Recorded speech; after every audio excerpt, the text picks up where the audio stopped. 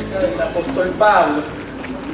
El apóstol Pablo, antes de su experiencia de conversión, o su experiencia, ¿verdad?, con el cristianismo, yo creo que conocer al apóstol Pablo es importante para poder entender su pensamiento, para poder entender, ¿verdad?, su vida, por qué actuaba de tal o cual manera, o qué lo impulsaba, cuál fue su trayectoria.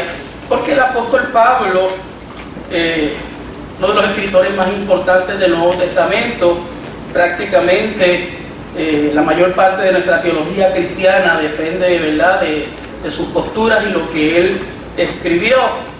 Él, ¿verdad?, habla de la encarnación y habla de la resurrección y habla acerca de toda esa teología crística o esa teología del Cristo. Habla acerca de los dones espirituales, habla acerca de los frutos, habla acerca del orden de la iglesia, acerca de los ministerios en la iglesia. Y yo creo que es importante hablar un poquito acerca de él antes de haberse convertido a la fe cristiana, porque yo creo que gran parte de su forma de actuar viene también de su trayectoria y de su vida, aunque en un momento dado él dice: dejo por basura todo lo que fui antes. Pero el ser humano, ¿verdad?, es parte de su circunstancia, ¿verdad?, es él y su circunstancia. Y quería tener algunas lecturas que hablan acerca de Pablo, ¿verdad?, él mismo hablando acerca de su vida antes de la conversión. Y en el libro de los Hechos hay 3 relatos acerca de la conversión de Pablo. Está Hechos capítulo 9, está Hechos capítulo 22, y está Hechos capítulo 26, versos del 12 al 18, que habla también acerca de esto. Hay otras lecturas como en Gálatas y en Filipenses que a lo mejor también podemos tocar algo acerca de esto, ¿verdad?, de la vida de Pablo. Pero sí queríamos dar lectura. Hechos capítulo 9, vamos a leer, ¿verdad?, esa experiencia de la conversión de Pablo. Y quiero también luego que leamos otro de los pasajes en Filipenses capítulo 3. Así que vamos a darle lectura a Hechos capítulo 9.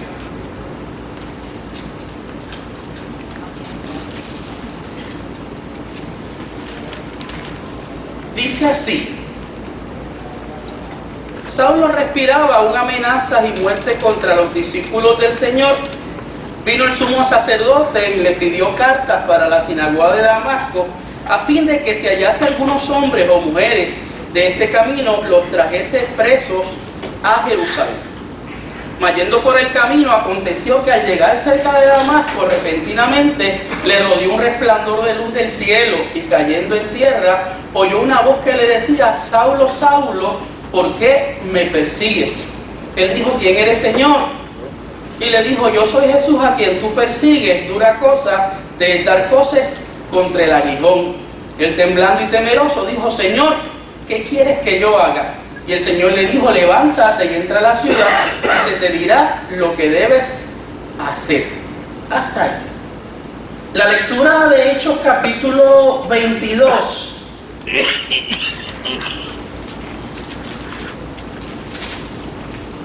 del verso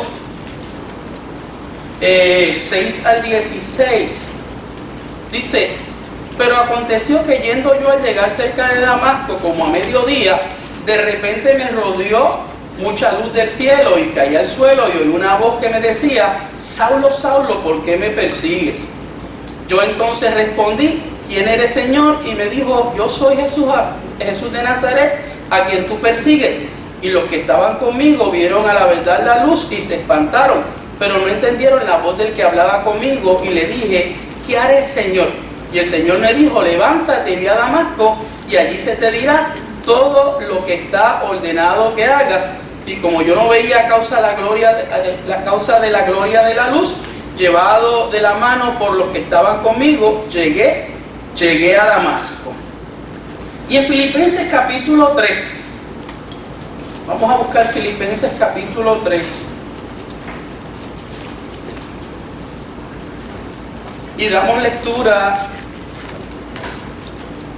Vamos a leer del verso 2 hasta el verso número 8. Dice: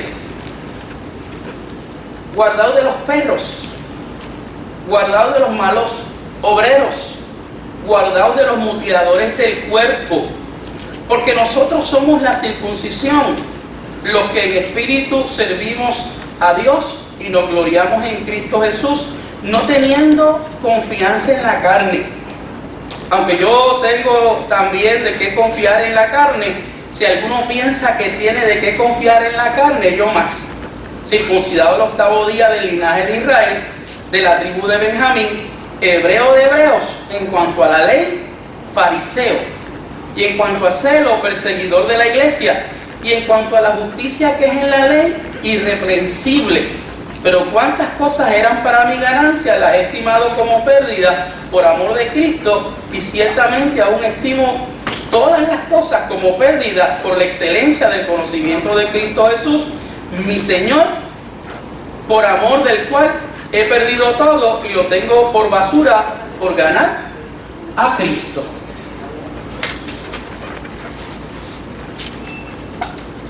Hay un comentarista de apellido Hendrickson que cuando hablaba acerca del apóstol Pablo, él decía 3 cosas interesantes acerca de su carácter, acerca de él. Decía del apóstol Pablo que era el hombre del brillante intelecto, el hombre de la voluntad de hierro y el hombre del carácter flexible pero firme a la vez. Se puede ser flexible y firme a la vez, ¿verdad? Porque yo creo que hay las oportunidades en la vida para tener las dos posiciones. Si uno es flexible nada más, como que no tiene carácter, pero si es firme nada más, de la misma manera podemos hacer daño a las personas que están en nuestro entorno. ¿Por qué el hombre del brillante intelecto? Cuando vemos sus cartas, vemos a este hombre, la forma en que escribe, las cosas que dice, las cosas que verdad postula, que como dije al principio, son parte del fundamento de nuestra fe cristiana. Es un hombre, oiga, que Dios utilizó lo que él era y lo que él tenía para su gloria y su honra. Cuando vemos un hombre de voluntad firme o de voluntad, verdad, de hierro, vemos todos los acontecimientos que vivió el apóstol Pablo luego de su conversión y vemos que este hombre pasó la salsa y el guayacán. Segunda de Corintios capítulo 11 habla acerca del listado de padecimientos del apóstol Pablo y oiga, padeció y sufrió un montón de situaciones y un montón de problemas muy difíciles. Y la flexibilidad la vemos también en su trayectoria y en sus escritos. A veces la gente dice, Pablo se contradice en sus escritos, pero debemos nosotros entender que Pablo, al igual que todos los cristianos, es un cristiano en evolución.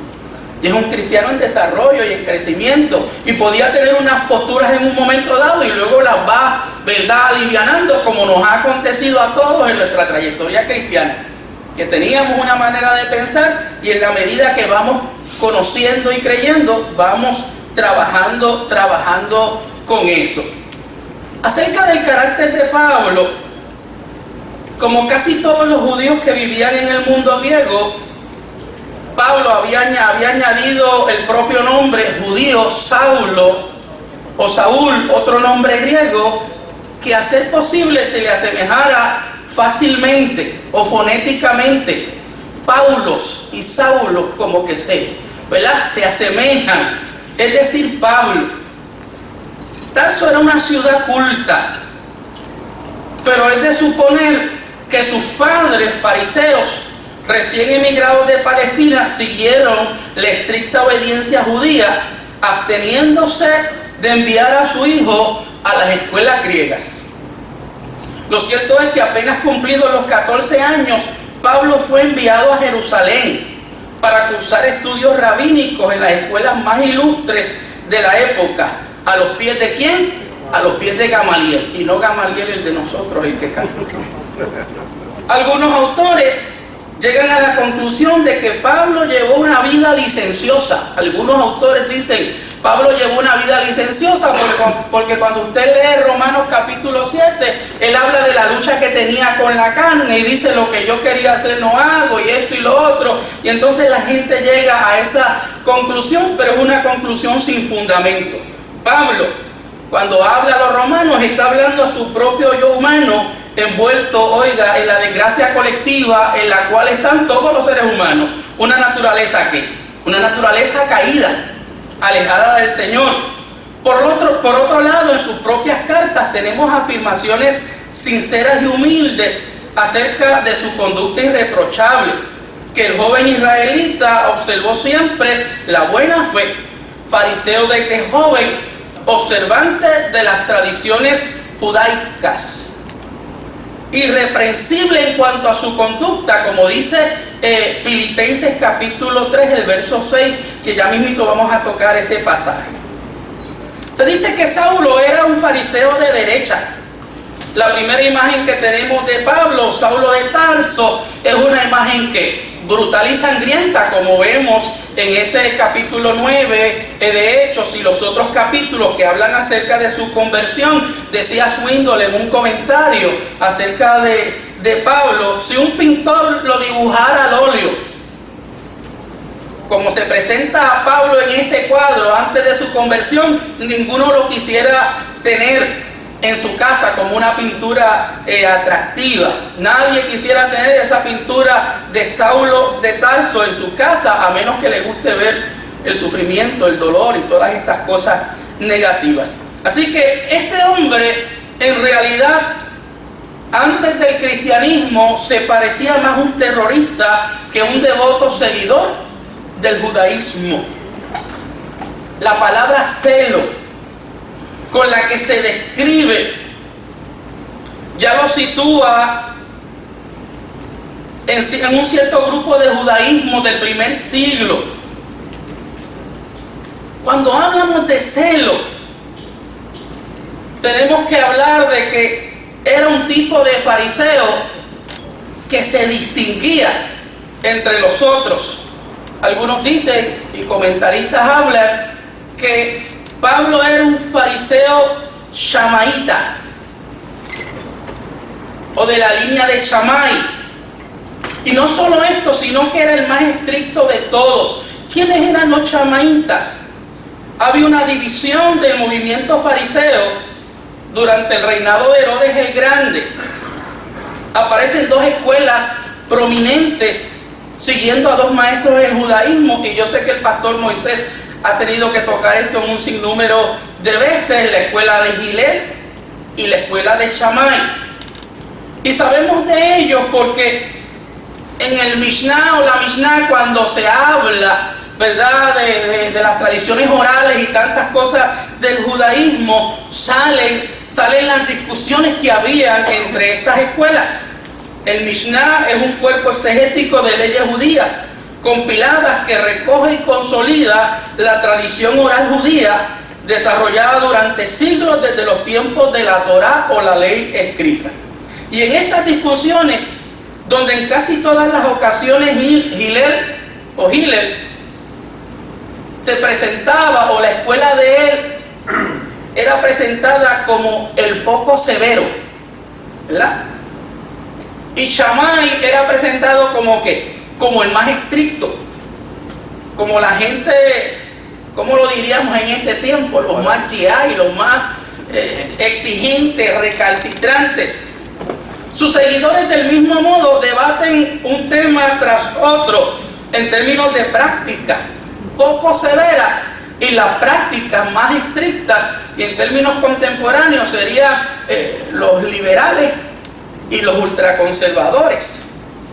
Si lo liberamos más, decimos los libertinos y los ultraconservadores. Entonces, dicen que Saulo era un chamaquita, un fariseo extremadamente estricto, lo que hoy llamaríamos un militante extremista. El debate entre las diferencias o las diferentes interpretaciones de la ley, la poca severa y las estrictas, no era tan solo un tema religioso, tampoco era un tema de piedad personal o privada. El tema clave era tanto religioso, teológico, como político. Así que se trataba de los objetivos y planes para Israel, para el pueblo, para la tierra y para el templo. Y claro, hay algunos que dicen que Pablo realmente era de Hillel y no de Shammai. Y ahorita lo vamos a ver cuando hablemos de su maestro un poquito. Pero en su conducta, en la forma en que él interpretaba la ley y sus prácticas, realmente era una forma totalmente distanciado de lo que Hillel enseñaba o decía. La cuestión para la mayoría de los judíos a lo largo de la historia judía era qué posición adoptamos con relación a la política actual. Los de Hillel en general buscaban una política de vive y deja vivir. Es una posición que liberal o una posición vamos a tolerarnos, vamos a darnos ciertos espacios.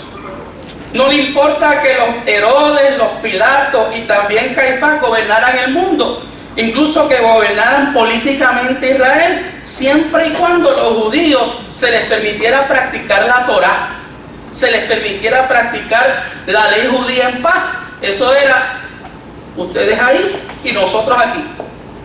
Ustedes vivan como ustedes quieran, pero déjenos a nosotros vivir.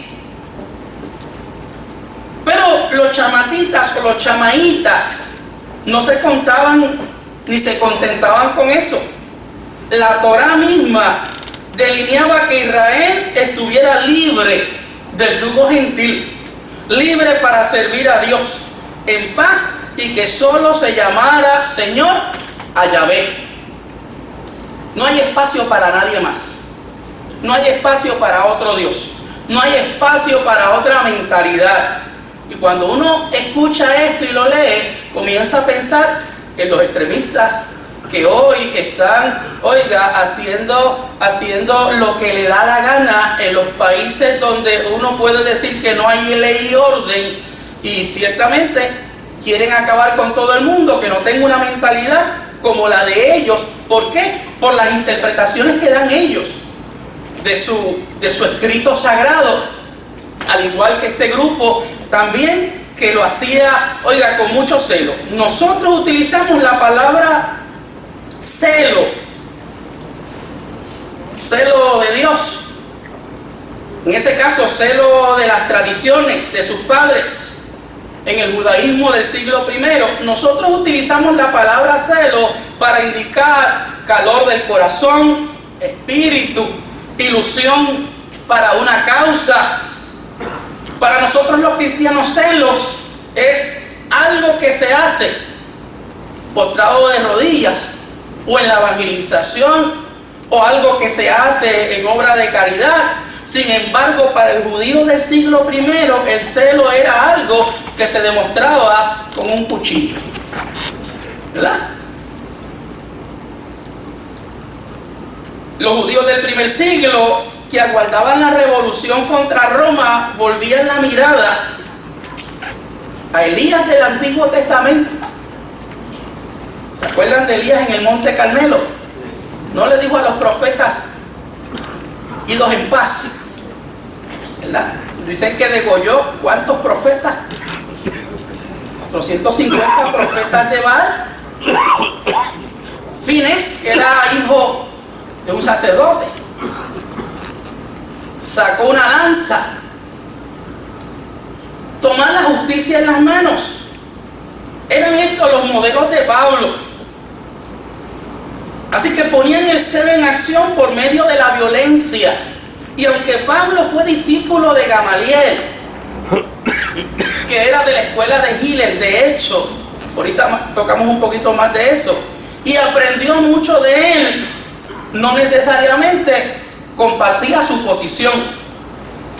Por eso es que a veces vemos maestros y estudiantes que no se parecen en nada a sus maestros.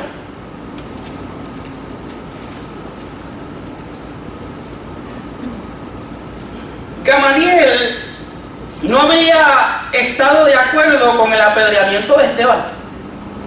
Porque si su posición era vive y deja vivir, pues entonces no habrían planeado marchar a Damasco para apresar a cristianos y matarlos. Como dije ahorita, Tarso no era una ciudad insignificante donde Pablo, ¿verdad?, se crió. Esta era una activa metrópoli de muchas culturas y de un comercio internacional, localizada en el centro de la provincia de Sicilia, ubicada a unos 19 kilómetros de distancia de las resplandecientes playas del Mediterráneo. Tarso está abrigada por la imponente cordillera Taurus, una fila de montañas escarpadas que van desde allí el litoral hasta el norte, proveyendo un vasto escudo protector alrededor de la ciudad. Debido a que la ciudad se encontraba cerca del puerto mediterráneo, Tarso se convirtió en una importante ruta comercial para las caravanas y llevaban allí mercadería del oriente hasta Roma y el occidente. Así que la flor y la nata de toda esta diversidad cultural y comercial colmó la vida de Saulo mientras éste crecía en la fascinante ciudad, ¿verdad?, de su nacimiento. Y aunque había quedado huérfano a la edad de 9 años, huérfano de madre, por ser hijo de un prominente fabricante de tiendas, por eso Pablo sabía hacer tiendas y trabajaba haciendo tiendas, Saulo se convirtió en el beneficiario de un legado religioso e intelectualmente rico. Un escritor llamado John Pollock, escritor del libro The Apostle, A Life of Pablo, of Paul, ¿verdad?, el apóstol, la vida de Pablo, describe hábilmente algunos aspectos de la infancia y la educación de Saulo. Dice: los padres de Pablo eran fariseos, miembros del grupo más fervoroso en cuanto a nacionalismo judío y el más estricto en cuanto a su observancia de la ley de Moisés. Ellos se preocupaban por proteger a su hijo de la contaminación, por lo que la amistad con niños gentiles era desaprobada y las ideas griegas eran desaprobadas. Así que a Pablo lo criaron, oiga, con una verja alrededor y alambres de púa para que no se acercara a los gentiles o no se acercara a ellos. Ellos miraban a Jerusalén como el Islam mira hacia la Meca, y el privilegio que tenían de ser personas libres en Tarso y ciudadanos romanos no era nada comparado con el sublime honor de ser israelitas, el pueblo de la promesa y el único al que Dios vivo había revelado su gloria y había revelado sus planes. Así que ellos se sentían muy felices, tal vez en el lugar donde nacieron y crecieron, pero más le hacía feliz su ciudadanía israelita, más le hacía feliz ser parte del pueblo escogido por Dios. Al llegar a la edad de 13 años, Pablo ya dominaba la historia del pueblo, la historia del pueblo judío, la poesía de los salmos y la majestuosa liturgia de los profetas. Quiere decir esto que sus padres cumplieron con el deber ministerial que tenía todo padre judío. ¿De qué? De enseñar la ley a sus hijos, ¿verdad? Como dice la Escritura: y la repetirás y se la dirás y la pondrás en su frente y harás, ¿verdad? Todo esto. Su oído había sido entrenado por la precisión más absoluta, y una mente rápida como la suya estaba en la capacidad de retener al instante y a la perfección todo lo que oía, de la misma manera que una mente fotográfica retiene todo lo que contiene una página escrita. Por eso hablamos de qué, de ese intelecto brillante que tenía el apóstol. Todo esto a la edad de 13 años. Pablo, dice Pollock en su libro, un fariseo estricto no involucraba a su hijo en la filosofía moral pagana. Por eso probablemente en el año en que murió Augusto, el adolescente Pablo fue enviado por mar a Palestina y remontó las colinas hasta Jerusalén durante los siguientes 5 años, se sentó a los pies de Gamaliel, el nieto de Hillel, el maestro supremo que pocos años antes había muerto, casi a la edad de 100 años. Con el delicado y gentil Gamaliel, que contrastaba con los líderes de la escuela rival de Shammai, Pablo aprendió a analizar minuciosamente un texto, hasta lograr una gran cantidad de posibles significados, de acuerdo con la opinión reputada de generaciones de rabinos. Pablo aprendió a debatir al estilo de preguntas y respuestas del mundo antiguo, como se conocía la diatriba, que era esa experiencia, ¿verdad?, de poder tener un discurso hablado, una conferencia, a veces un poco violenta, a veces un poco injuriosa, porque la diatriba no era solo una manera de predicar, era como actuar como un abogado que acusaba o defendía a quienes quebrantaban la ley sagrada. Y esto nos va dando a nosotros una idea de quién era Pablo y por qué Pablo actuaba de tal manera, por qué vemos a Pablo en un momento dado en una confrontación con Pedro. Usted ha leído ese pasaje donde Pablo encara a Pedro y dice, se le subieron los humos. ¿Qué pasó ahí? ¿Verdad? Así que poseía una mente poderosa que podía conducirlo a tener un asiento en el Sanedrín, en el salón de las gemas refinadas, y convertirlo en un principal de los judíos. Yo creo que ese era el sueño de todo judío y de todo estudioso de la ley, llegar a estar en la posición más alta, en el más alto tribunal judío, con los cheches de la película, ¿verdad? Con la gente que eran los que mandaban, que eran los que decían cómo el pueblo debía conducirse. Así que Saulo vivía esperando el día en que se podría convertir en miembro del Supremo Tribunal Judío, conocido entonces como el Sanedrín. Estos eran 70 hombres y juntos gobernaban la vida religiosa judía, sentados en bancos curvos en una sala tribunalicia, precisamente en el lugar donde oyeron a Esteban dar una valerosa, aunque aciaga confesión de fe. Saulo, convertido, ya un exitoso abogado en el bullicioso tribunal de Jerusalén, fue muy probablemente parte del auditorio que escuchó la defensa de Esteban. Mire, desde el día de Pentecostés, que se registra en Hechos capítulo 2, Jerusalén había estado envuelta en una actividad religiosa inusitada, una actividad religiosa a lo mejor rara para aquella comunidad judía, o una actividad religiosa, ¿verdad?, distinta. Cuando los apóstoles, ahora más osados, con denuedo, con valor, predicaban las buenas nuevas de Cristo, que se convertían, y todo estaba cambiando. En las tradiciones más arraigadas, gente estaba dejando su tradición, dejando su religiosidad y convirtiéndose al cristianismo. Los judíos que vivían en Jerusalén y también peregrinos de otras partes que estaban de visita, abrazaron por millares literalmente la fe cristiana, y nos dice la Biblia en el sermón de Pedro, 3,000 almas, después, 5,000 almas, así que era un impacto significativo. Los intolerantes religiosos judíos estaban enfurecidos por lo que estaban viviendo. Ya era más que suficiente. Por eso, según Hechos capítulo 5, versos del 18 en adelante, que es una lectura muy importante, echaron mano a los apóstoles y los pusieron en la cárcel pública. Estos apóstoles, llenos del Espíritu Santo, tenían encolerizada a la clase religiosa gobernante.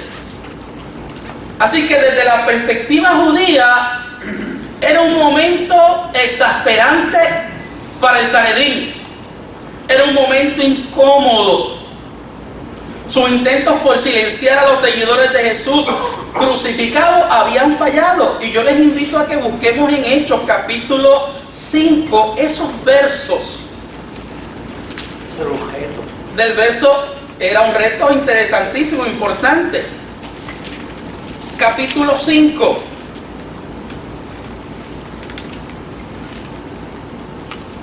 Versos del 18 en adelante. Vamos a leer algunos versos. Mire cómo dice. Del 17 en adelante, perdón, dice: entonces levantándose el sumo sacerdote y todos los que estaban con él, esto es la secta de los saduceos, se llenaron de celos y echaron mano a los apóstoles y los pusieron en la cárcel pública. Mas un ángel del Señor, abriendo de noche las puertas de la cárcel y sacándolos, dijo: y puestos en pie en el templo, anunciad al pueblo todas las palabras de esta vida. Habiendo oído esto, entraron de mañana en el templo y enseñaban. Entre tanto vinieron el sumo sacerdote y los que estaban con él, y convocaron al concilio y a todos los ancianos de los hijos de Israel, y enviaron a la cárcel para que fuesen traídos. Pero cuando llegaron los alguaciles, no les hallaron en la cárcel. Entonces volvieron y dieron aviso diciendo: por cierto, la cárcel hemos hallado cerrada con toda seguridad, y los guardias afuera de pie en las puertas, mas cuando abrimos, a nadie hallamos dentro. Cuando oyeron estas palabras, el sumo sacerdote y el jefe de la guardia del templo y los principales sacerdotes dudaban en que vendría a pasar aquello. Pero viniendo uno, les dio esta noticia: he aquí, los varones que pusiste en la cárcel están en el templo, enseñan al pueblo. Entonces fue el jefe de la guardia con los alguaciles y los trajo sin violencia, porque temían ser apedreados por el pueblo. Y cuando los trajeron, los presentaron en el concilio, y el sumo sacerdote les dijo, diciendo: no os mandamos estrictamente que no enseñaseis en ese nombre, y ahora habéis llenado a Jerusalén de vuestra doctrina, y queréis echar sobre nosotros la sangre de este hombre. Respondiendo Pedro y los apóstoles dijeron: es necesario obedecer a Dios antes que a los hombres. Dejamos la lectura ahí.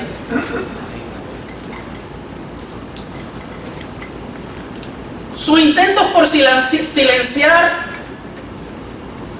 al Cristo crucificado, a sus seguidores, había fallado. Por lo tanto, encarcelar a estos fanáticos religiosos parecía ser la mejor estrategia para evitar el futuro proselitismo de los judíos, que otros judíos estuviesen haciéndose cristianos. Así que los metieron a la cárcel. ¿Pero qué sucedió? Un ángel del Señor abrió de noche las puertas de la cárcel y los condujo fuera. Yo no sé cómo aconteció, yo no sé cómo fue que lo hizo. Y les dijo: id de pie y de pie en el templo, hablad al pueblo todas las palabras de esta vida. Habiendo oído esto, entraron al templo y al amanecer enseñaban. Así que, como dicen por ahí, ellos hicieron esto para acallar las voces de los creyentes, y como dicen por ahí en el lenguaje popular, el tiro le salió por la culata, ¿verdad? Pensaban que habían resuelto la situación, pero no lo pudieron hacer. Los líderes judíos estaban seguros que al crucificar a Jesús le pondrían fin a todo, pero no podían estar más equivocados, porque el cristianismo floreció luego de la resurrección. Luego, oiga, de ese día extraordinario y de todos los testigos que vieron el acontecimiento de la resurrección y la palabra que fue corriendo por el testimonio de los que lo vieron, ¿verdad?, y lo oyeron, el cristianismo floreció. Así que un ángel del Señor, el ángel del Señor había abierto las cerraduras de la cárcel, liberado a los apóstoles y echado de nuevo el cerrojo. Cuando los funcionarios vieron la cárcel, encontraron a los guardias allí, las puertas aseguradas, y los prisioneros ya no estaban con toda seguridad.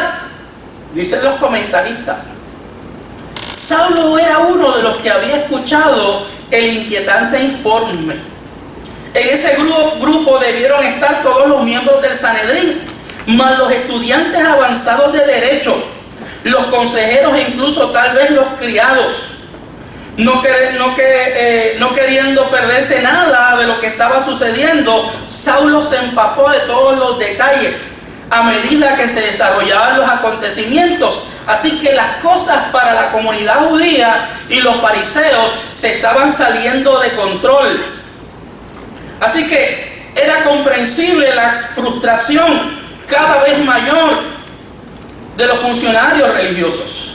Por eso dice el verso 24, cuando oyeron estas palabras, el capitán de la guardia del templo y los principales sacerdotes quedaron perplejos en cuanto a ellos, ¿en qué vendría a parar esto?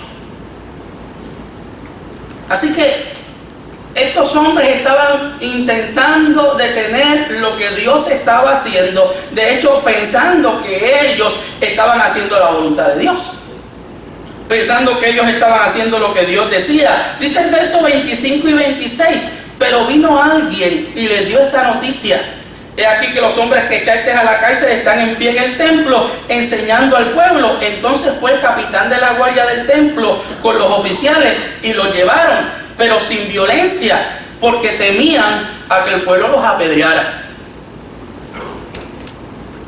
Estos líderes religiosos ahora temían por sus vidas al sentir que la corriente de opinión se volvía en contra de ellos.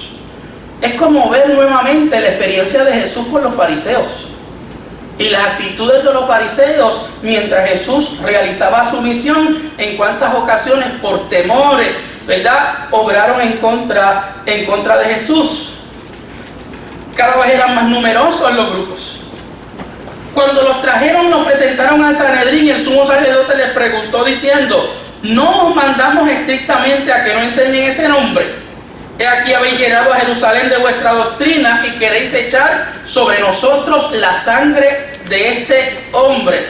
En otras palabras, le está diciendo a la gente que nosotros somos los responsables de que ese falso Mesías fue crucificado. Queremos que sepan que no fuimos nosotros. Esos fueron los romanos.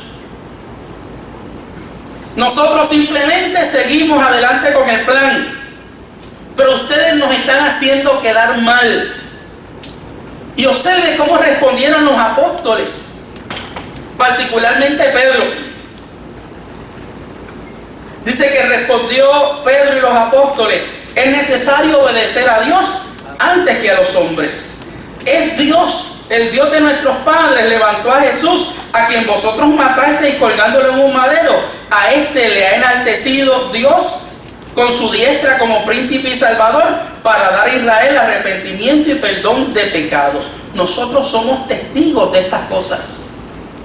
Y también el Espíritu Santo que Dios ha dado a los que le obedecen. Si Saulo escuchó esas palabras, ¿qué podría estar pensando, verdad, este fariseo que se hace llamar fariseo de fariseos? Mientras estaba a la sombra escuchando hablar a Pedro, a lo mejor se le rizaron los pelos a Pablo. Ese joven y devoto fariseo, hebreo de hebreos, si estaba allí, escuchaba indignado mientras el ignorante pescador llamado Pedro hablaba del ahora muerto Jesús, que decía ser Dios. Así que todo esto estaba viviendo el apóstol, todo este acontecimiento de revolución religiosa que estaba viendo en Jerusalén, como compañeros suyos, como gente que eran celosos de la ley, estaban dejando, ¿verdad?, su fariseísmo para entrar a la experiencia de la vida cristiana. Así que dice el verso 33 y 34 que los que escuchaban se enfurecían y deseaban matarles. Entonces se levantó en el Sanedrín cierto fariseo llamado Gamaliel, maestro de la ley, honrado por todo el pueblo, y mandó que sacasen a los hombres por un momento. ¿Quién es ese Gamaliel? Saulo había sido discípulo de este hombre mientras estudiaba en Jerusalén. Él testificó que había sido instruido a los pies de Gamaliel. Se había sentado a los pies de Gamaliel durante su preparación formal de jurisprudencia judía. Miraba con ansiedad y asombro a su maestro en acción. Es como un estudiante de leyes que después de haberse graduado visita la sala del tribunal para observar a su admirado profesor ejerciendo la posición de abogado. Qué momento tan especial para Pablo. Tal vez esperando que palabras violentas, tal vez esperando un comentario fuerte, árido. Miren lo que dice la Escritura. Entonces le dijo: hombres de Israel, cuidaos vosotros de lo que vais a hacer a estos hombres, porque antes de estos días se levantó Teudas, diciendo que él era alguien, y a este se unieron como 400 hombres, pero él fue muerto y todos los que le seguían fueron dispersados y reducidos a la nada. Después de esto se levantó Judas, el Galileo, en los días del censo, y arrastró gente tras sí. Aquel también pereció y todos los que le seguían fueron dispersados. En el presente caso os digo: apartaos de estos hombres y dejadlos ir, porque si este consejo esta obra es de los hombres, será destruida. Gamaliel dice en su sabiduría: mira, anteriormente se han levantado otras personas. Teudas, que dicen que es una contracción de Teodoro o Teodoto, un líder político que se autoproclamó profeta en un momento dado, se levantó y fue aplastada su rebelión, ¿verdad? También se levantó, ¿verdad? Judas se levantó en contra de los impuestos, se levantó y levantó un grupo de personas y también fue aplastado, ¿verdad? Aplastada su revuelta. Le está diciendo Gamaliel: si esto es de los hombres, esto se cae, pero si es de Dios. Fue sabia la intervención de Gamaliel. Swinton, cuando habla de Gamaliel, dice: este era un aliado inesperado, porque realmente los movimientos cristianos a lo mejor pensó que si estaba allí aquel hombre, pues a lo mejor iban a ser muy fuertes con ellos, pero no fue de esa manera. Por eso le decía ahorita que aunque dice la Escritura que Pablo estuvo a los pies de Gamaliel, y Gamaliel era el nieto de Gilel, ¿verdad? De la escuela de Gilel, que era una escuela que decía: vive y deja vivir. Pues ciertamente Pablo parece que no aprendió tanto, o sencillamente no lo puso en práctica, sino que se fue para el otro lado totalmente. El que decía: agarra las armas en la mano y acaba con el que puedas. De hecho, Gamaliel se dice que fue un líder que suavizó y trabajó con esta cuestión de guardar el día de reposo y ser tan punitivos con la gente que no lo podían guardar. De la misma manera se dice que con la mujer que se divorciaba también trabajó para que no se fuera tan estricta con ella. Así que era un hombre más bien con una visión no tan estricta de acabar con todos los que estaban en su derredor si no pensaban como ellos, sino que era una persona que tenía una visión un poco más flexible que la que tenía Shammai. Así que este hombre interviene muy prudentemente. Le hicieron caso los líderes religiosos a Gamaliel. La Biblia nos dice que después de azotarles nos dice que después de azotarle, les prohibieron hablar en el nombre de Jesús y los dejaron libres en el verso número 40. Así que Pablo se va a levantar o va a acontecer ese hecho extraordinario de la conversión en un ambiente totalmente hostil para el mundo cristiano, para el mundo que se levantaba en aquella época con el deseo de obedecer a Dios y de hacer su voluntad. Así que se levanta en medio de esa experiencia. Y los judíos como Saulo de Tarso, dice un escritor que habla del pensamiento de Pablo, la realidad es que no veían la vida como la vemos nosotros. Saulo de Tarso no estaba interesado en un sistema de salvación abstracto, atemporal o ahistórico. De hecho, ni siquiera estaba interesado, dice un comentarista, en ir al cielo después de la muerte, dentro de su judaísmo fariseo, tal como entendemos nosotros. Creía en la resurrección, en la que Dios le levantaría para compartir juntos la vida del prometido nuevo Israel y un nuevo mundo, pero no creía como nosotros. Estaba interesado en la salvación que, según creía, el Dios único y verdadero había prometido a su pueblo Israel, pero no en una salvación como creemos nosotros los cristianos. Debemos prestar atención especial a una característica de esta esperanza: el propósito del pacto en la Biblia hebrea y en algunos escritos posteriores. Nunca consistía simplemente en que el Creador quería tener a Israel como un pueblo especial, independientemente de lo que ocurriera en el resto del mundo. No. Ciertamente Dios tenía un trato con Israel, pero tenía un trato también con todo el mundo. De hecho, Israel era el vehículo para que todas las naciones, ¿verdad?, se postraran ante el Señor. El propósito del pacto consistía en que a través de él, el Creador se dirigía y salvaría al mundo entero. El llamamiento de Abraham fue diseñado para bendecir a todas las naciones. Pero tal y como se vio claramente en el exilio, Israel necesitaba ser redimido. El mensajero necesitaba una vez más el mensaje de salvación. El pueblo poseedor de la solución se había convertido ¿en qué? En el problema. De hecho, los judíos decían que el combustible que Dios iba a utilizar en el infierno eran los gentiles.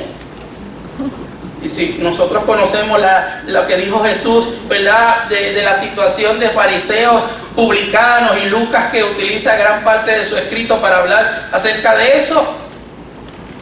El fariseo decía: yo oro, yo ayuno, yo hago tantas cosas, y este publicano pecador que está aquí, yo no soy como él. Hacían una distinción marcada. Así que la mayoría de los judíos del primer siglo pensaban que el exilio aún no había terminado. La reconstrucción del templo no había finalizado. El Mesías no había llegado. La resurrección general no había tenido lugar. El pueblo no estaba obedeciendo la Torá de forma perfecta. Los gentiles no se habían acercado a la multitud del monte de Sión para escuchar la palabra del Señor. Hasta que esto ocurriera o no ocurriera, no se cumpliría las promesas y el propósito de Dios para con Israel. Y esto es algo que nos facilita la comprensión de dos términos que aparecen aquí acerca de la mentalidad de Pablo. Por ejemplo, el término justificación, en este contexto, un término jurídico, y en el contexto judío se refiere al mayor de los juicios, el que tendrá lugar el gran día en que el Dios verdadero juzgará a todas las naciones. Y más concretamente a las naciones que han oprimido a Israel. Al final Dios actuará a favor de su pueblo, actuará a favor de Israel y juzgará a las naciones paganas.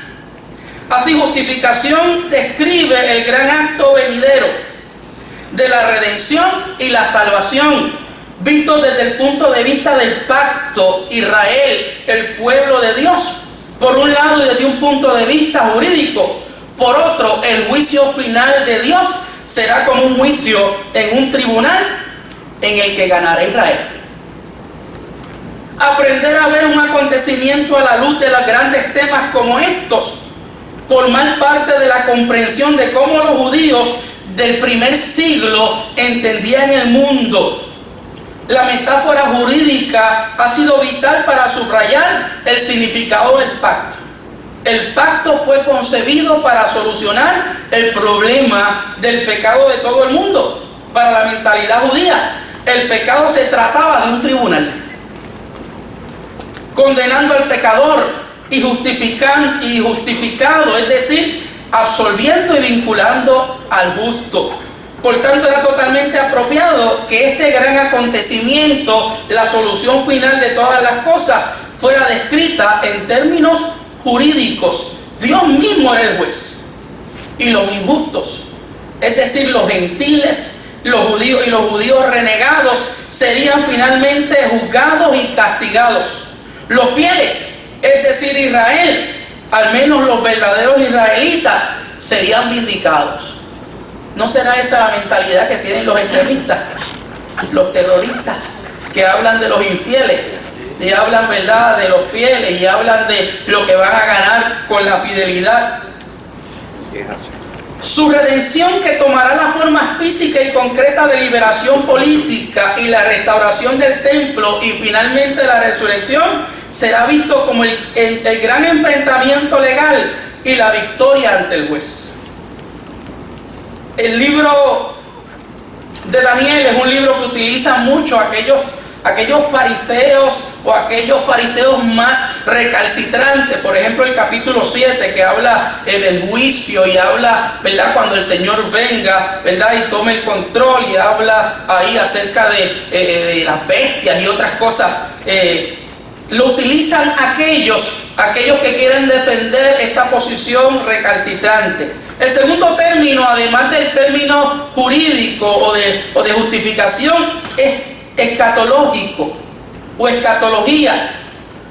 Dice que es posible que se asocie con la doctrina de la muerte, el juicio, el cielo y el infierno. Aunque cuando los expertos usan la palabra en relación con el judaísmo del primer siglo y con el cristianismo, se está refiriendo a algo bastante distinto. La usaban para denotar la creencia judía y cristiana de que la historia de Israel y por tanto la historia del mundo estaba avanzando hacia el gran momento culminante en lo que todo se solucionaría de una vez y por todas. Entonces, ¿cuál es el plan de Saulo de Tarso? Él era celoso de Dios de Israel y de la Torá. Era un celo porque se honrara a Dios y que debía borrarse por los medios que fuera necesario toda deslealtad a la Torá entre judíos y hacer desaparecer por los medios que fueran necesarios el yugo pagano que contaminaba la tierra de Israel y les impedía encontrar la libertad. Así que Saulo creía que él y otros, que si él y otros guardaban la Torá de una manera tan entregada en el presente, eso ya les garantizaba vindicación en el gran día de Yahvé, en el gran día de Jehová. Así que pretendía adelantar dicho día forzando a otros judíos contemporáneos a guardar la Torá, como él hacía, usando la violencia si era necesario. Si hay que adelantar la causa, si hay que hacer que esto tenga cumplimiento, vamos a utilizar los medios necesarios para que esto se pueda lograr, se pueda hacer. Por eso es que Pablo, cuando va a Damasco, recibe la autorización del Sanedrín, porque él como fariseo no lo podía hacer, lo tenía que hacer con una autorización para perseguir a la iglesia. Y esta lectura que dimos de Filipenses 3, la logramos dar. Leímos Filipenses 3, del 2 en adelante, ¿no? Vamos a leerlo rapidito, ya estamos acabando. Filipenses 3 del verso 2 en adelante son las expresiones de este apóstol. Obviamente luego de su conversión y luego de recibir el llamado de Dios.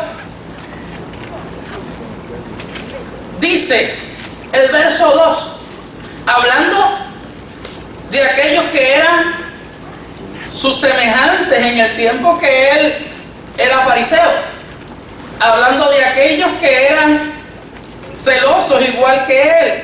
Dice en el verso 2 en adelante de Filipenses 3, guardaos de los perros, guardaos de los malos obreros, guardaos de los mutiladores del cuerpo, porque nosotros somos la circuncisión, los que en espíritu servimos a Dios y nos gloriamos en Cristo Jesús, no teniendo confianza en la carne. Aunque yo tengo también de qué confiar en la carne, si alguno piensa que tiene de qué confiar en la carne, yo más, circuncidado al 8º día del linaje de Israel, de la tribu de Benjamín, hebreo de hebreos, en cuanto a la ley, fariseo, en cuanto a celo, perseguidor de la iglesia. Como le dice Pablo, perros. Y a lo mejor acá un perrito para nosotros, eso es lo más lindo, lo más querido. Hay gente que tratan a los perros mejor que a cualquiera, oiga, y le tienen hasta su ropita le tienen y sus cosas. Pero en el contexto de Oriente, el perro era un paria que vagaba por las calles, algunas veces en jaurías, gruñendo por todos lados, buscando de qué comer. De hecho, la Escritura en el Nuevo Testamento presenta un caso de alguien que le pide algo a Jesús y Jesús le dice: no es bueno darle eso a los perrillos. Y dicen: pero aún los perros comen de la mesa del amo. De hecho, en la Escritura también, cuando David manda a buscar a Mefiboset dice: ¿y para qué quieres un perro? ¿Verdad? Y cuando Saúl está persiguiendo también a David. Así que el concepto de perro en la Biblia, perro, era considerado entre lo más bajo. Así que Pablo está siendo muy fuerte con aquella comunidad judía, aquellos líderes judaizantes que querían pervertir la fe sencilla cristiana de la ley para que el cristianismo pudiese sostenerse. Pero el cristianismo no necesita ni muletas de la ley ni obra alguna para ser sostenido, se sostiene solo por la fe. No solo le llama perros, le llama malos obreros, obradores de maldad. Los judíos vivían en absoluta seguridad de ser obradores de justicia. Desde su punto de vista, obrar con justicia era observar la ley, seguirla en sus múltiples detalles y cumplir sus innumerables reglas y prescripciones. Pero Pablo está seguro de que la única clase de justicia consiste en rendirse libremente a la gracia de Dios. Él lo habla porque por experiencia propia. Le dice mutiladores del cuerpo.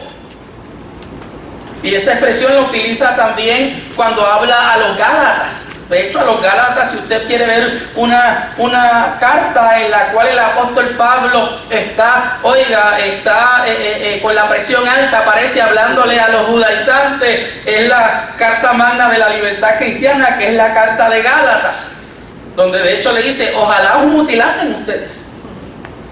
Palabras fuertes del apóstol Pablo. Pero le dice mutiladores del cuerpo, ¿verdad?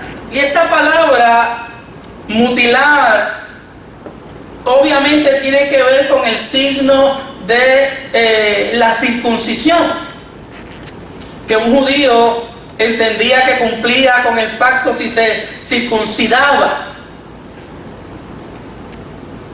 De acuerdo con la fe judía, la circuncisión había sido ordenada a Israel como señal y símbolo que eran el pueblo, que por el pacto mantenía una relación particular con Dios.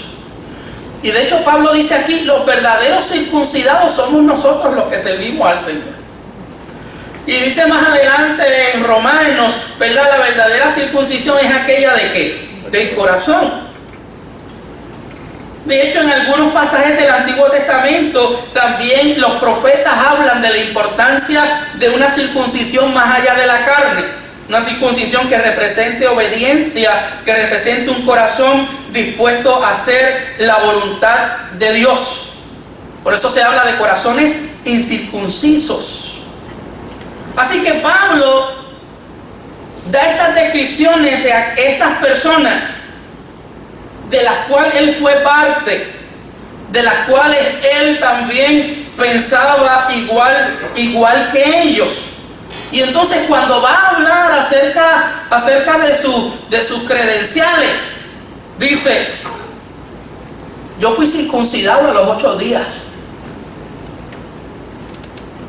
Abraham había recibido esta orden y Pablo dice: yo la seguí, en casa la siguieron al pie de la letra. No solo dice que fue circuncidado a los 8 días, dice: yo soy del linaje de Israel. Cuando los judíos querían subrayar su relación especial con Dios en un sentido único y exclusivo, utilizaban la palabra ¿qué? Israelita, el nombre que le dio el Señor a Jacob, ¿verdad? Cuando le cambió el nombre. Y no solo yo soy un verdadero israelita, yo soy de la tribu de Benjamín. Yo soy un benjamita. De la tribu de Benjamín se dice que eran los de la élite de Israel. Tenía un lugar especial en la aristocracia israelita. Benjamín, ¿se acuerdan que era el hijo de Raquel, la esposa predilecta de Jacob? De los 12 patriarcas, solo Benjamín había nacido en la tierra prometida. De la tribu de Benjamín provenía el primer rey de Israel, Saúl, que algunos dicen que el nombre Saulo se lo pusieron por Saúl, ¿verdad? Saulo. Así que él está diciendo: si ustedes se creen que son celosos de la ley, si ustedes se creen que son los más cumplidores, yo les puedo hablar de mi propia experiencia, que yo fui celoso, más celoso que todos los de la ley, fariseo de fariseos, que ciertamente vivía para guardar la ley. Y dice más adelante: y no solo fui el más celoso y perseguidor de la iglesia. Así que el apóstol Pablo está hablando con credenciales y experiencia de lo que es ¿qué? De lo que es su apostolado, de lo que es su vivencia antes de servir al Señor. Y más adelante entonces le dice: pero todo eso lo tengo ¿por qué? Por basura, al fin de conocer a Cristo y a este crucificado. Aleluya.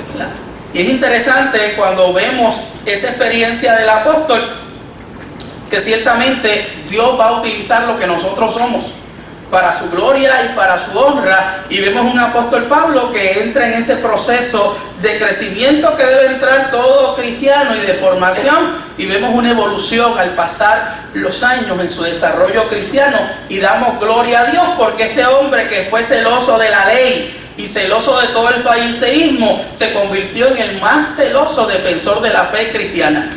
Con uñas y dientes, con su vida, defendió la fe cristiana, y por eso podía pararse en cualquier lugar y decir: yo llevo las marcas del Señor Jesucristo, yo llevo las marcas del Señor en mi cuerpo. Así que, amén, esta es la palabra de hoy. Si alguien quiere comentar algo, si alguien quiere añadir algo, si alguien quiere preguntarle algo al pastor Moisés, se lo enviamos con usted.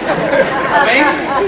Yo diría que es el ejemplo más bello de lo que es el evangelismo. Porque a través de él el mensaje de Jesús se llevó a toda Europa completita.